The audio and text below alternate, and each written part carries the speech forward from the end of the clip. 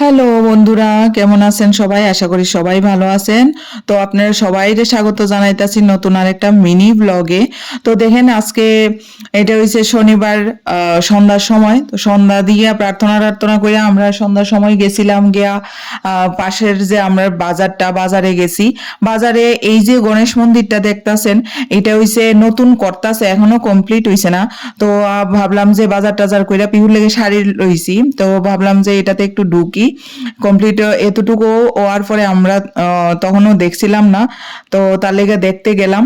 তো গিয়া দেখি এখনো কাজ চলতেছে। এটা আমি যখন বিয়ে হয়ে আইছি তখনও মানে এটা ছোট্ট একটা মানে একদম ছোট্ট, যে এরকম পানের টং দি থাকে এমন একটা ঘরের মধ্যে গণপতির প্রতিষ্ঠিত আছিল।